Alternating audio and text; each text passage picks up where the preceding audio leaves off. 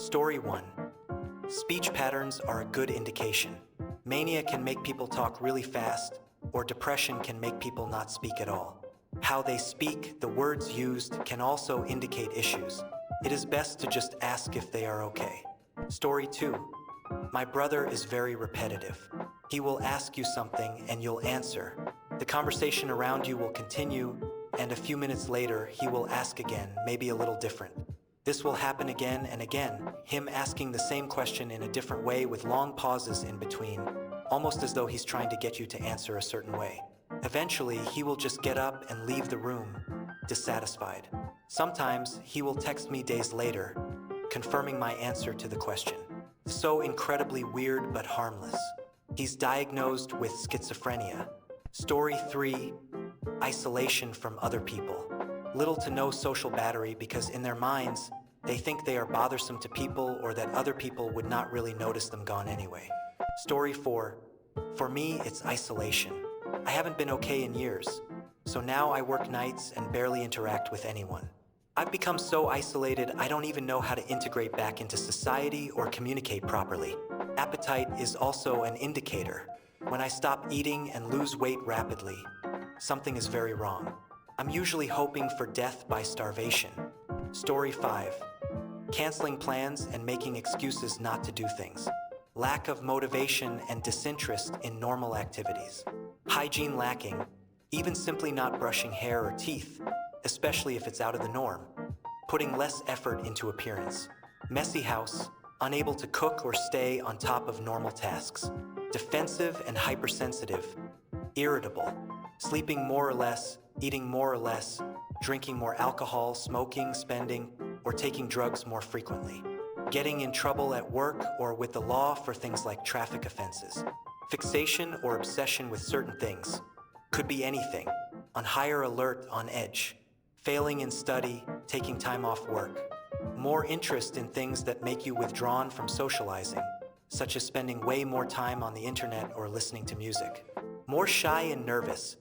Less involved with conversations or more embarrassed when talking to people. This is what I experience when my mental state starts faltering. Anyway, story 6. Ever talk to someone for a while, like you know the person for months, and realize one day you don't really know anything about them? You can't recall them ever mentioning a family member or even a favorite color. Maybe you went out to eat a few times, and they always insisted you pick the restaurant. It's like they're scared to let you know anything about themselves. They're perfectly friendly, get you to talk about yourself, listen to you ramble about your interests, but when you try to talk to them about themselves, they suddenly don't have anything to say. I've met a few people like this, and most of the time, I never figure out what's up. However, a few times I've gotten them to open up about being bullied or emotionally abused as a child. Story 7. As someone who has been there and seen others suffer, I have some insights to contribute. Sudden changes in behavior, reckless behavior, lack of motivation, very high highs and very low lows, mood swings, changes in appetite, either overeating or undereating. Story 8. Lives in filth and squalor.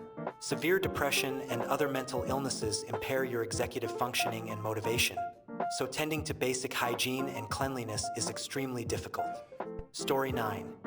If you know someone who has been really depressed and suddenly they seem very happy, it can be a sign that they have decided they are going to end their life and are happy with their decision. Glad it will all be over soon. Story 10. When they adopt a religious mindset that is closer to superstition about every single thing in life. I am not disparaging all religion, but when a person starts thinking the Archangel Gabriel is walking in their garden when the branches move in the wind, or attributes absolutely every single thing like a napkin falling to God's plan, something is wrong. Story 11. I work in the mental health sector and have my own mental illnesses. When you say not quite all right mentally, I am interpreting it as also covering people who are experiencing passive or active suicidal ideation. You need to have a gentle, private, non-judgmental conversation with them if they talk about hurting themselves or others. They often make cryptic remarks like, "Not long left now, it will all be over soon. There is no point in being alive," or make flippant jokes about killing themselves. You have noticed a sudden, drastic change in demeanor, i.e., they used to seem depressed and withdrawn. but they are suddenly really happy and outgoing and making plans to see people they have not talked to in ages. This is often a sign that they have created a suicide plan and date, so they want to say their final goodbyes. If someone discloses to you that they have been having suicidal thoughts, take it very seriously. Don't panic. Ask about whether they have made any attempts or planning to do so, whether they have anything at home that they could use to kill themselves if anyone else knows, etc. If they live with someone, can that person hide the object they are planning on using to hurt themselves? A couple of pointers. Stay calm. Reassure them that you are there to help, not judge, and that you don't think they are a bad person for feeling suicidal. Give them your full, undivided attention. Do not leave them on their own.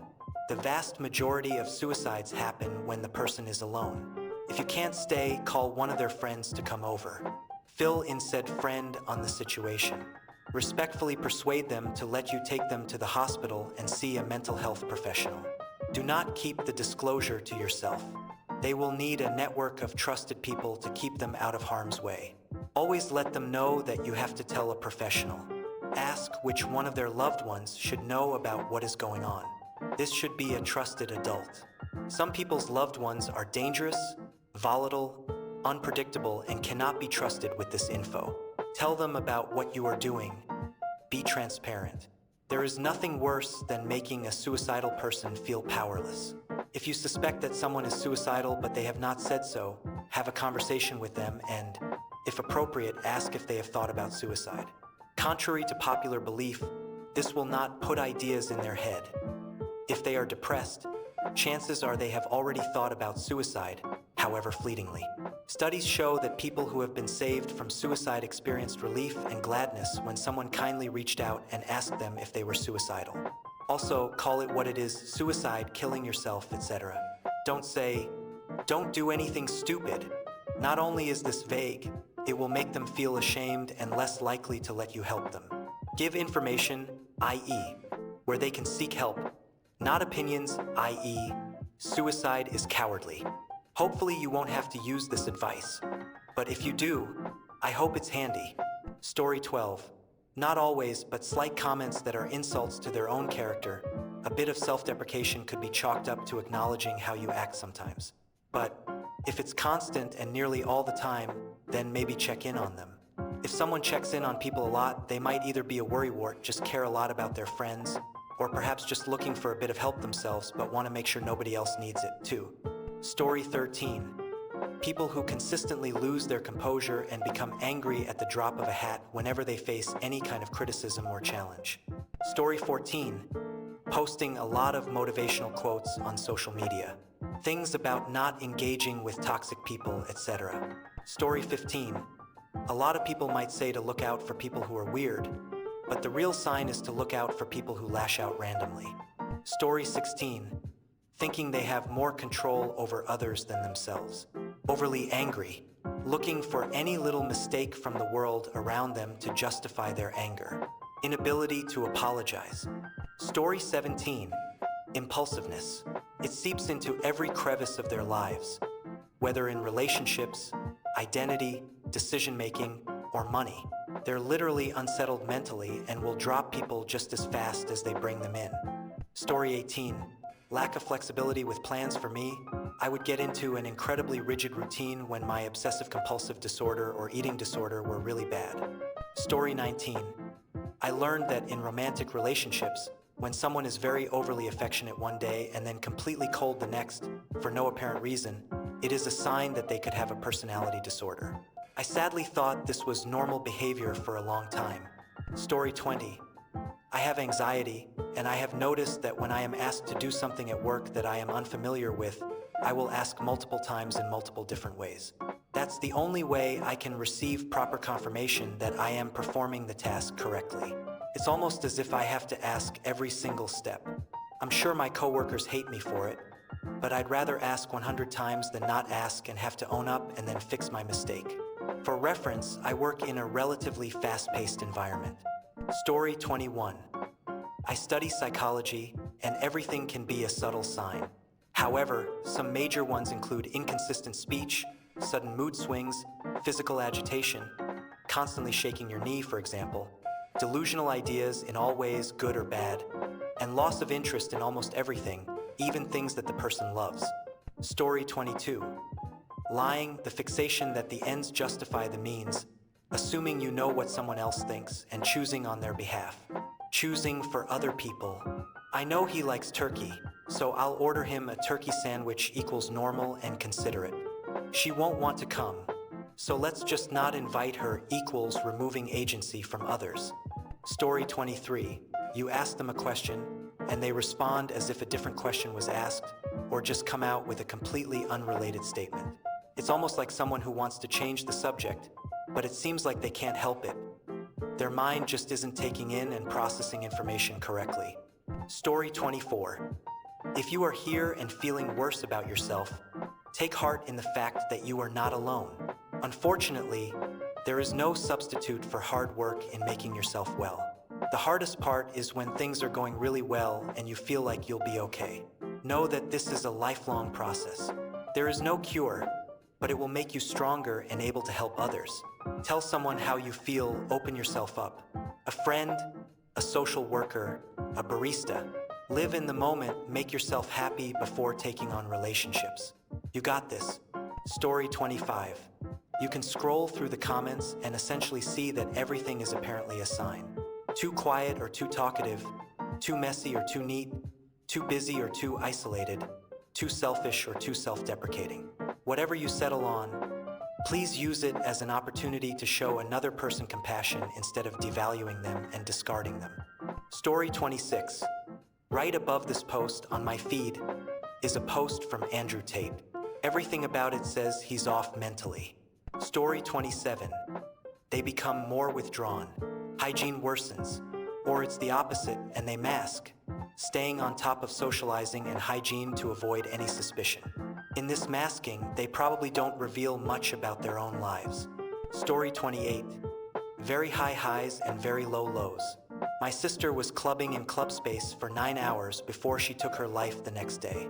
Smoked 4 cartridges of THC, wrote an odd suicide note, went on a juice cleanse 4 days before. Story 29. I used to work answering phones related to legal issues, and a prominent sign was always pressured speech. They would talk, and it only halfway made sense. But typically, people wanted to hear some reassurance or information, and these people would not stop talking no matter what I said. Usually, their legal issue was outlandish, to say the least. Story 30. Inability to laugh at themselves. Selecting exclusively for short-term self-interested gains. Speaking negatively about previous relationships. Always having an excuse. Story 31. What people who aren't depressed or never have been don't realize is just how hard it is getting up in the morning, much less making proper appointments for mental health checks. Everything feels exhausting. It's the one disease that literally tries to stop you from getting help for it. Story 32. If you know someone who is severely depressed, and then suddenly they seem better and happier than ever, it might be a sign that they are considering suicide. They might have made their decision and are at peace with it, which is why they seem so happy. Recovery from depression is a gradual process, and it's something you'll only really notice if you're very close to them. As a result, it's easy to miss these signs, and often, there might be nothing you can do, unfortunately. Story 33. For myself, I retreat within myself more. Stop initiating conversations, engage less in conversations, etc. The happy/positive facade starts slipping the longer that goes on, and then people are less inclined to engage and the isolation escalates.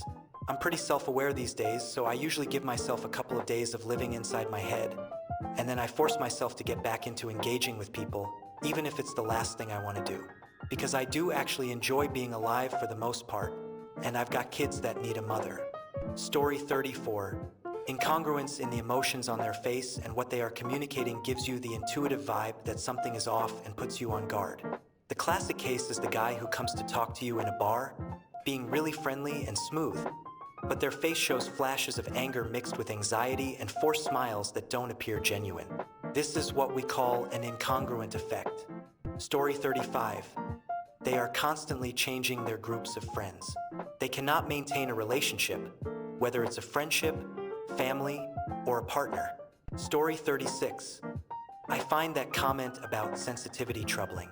I grew up in a male-dominated family with a dominant, controlling mother. I was regularly told I was too sensitive, which had a major effect on my confidence and ability to be just me, authentic. This culture that we live in comes down hard on feelings. It is very worrisome to see that sensitivity is still such a problem for people.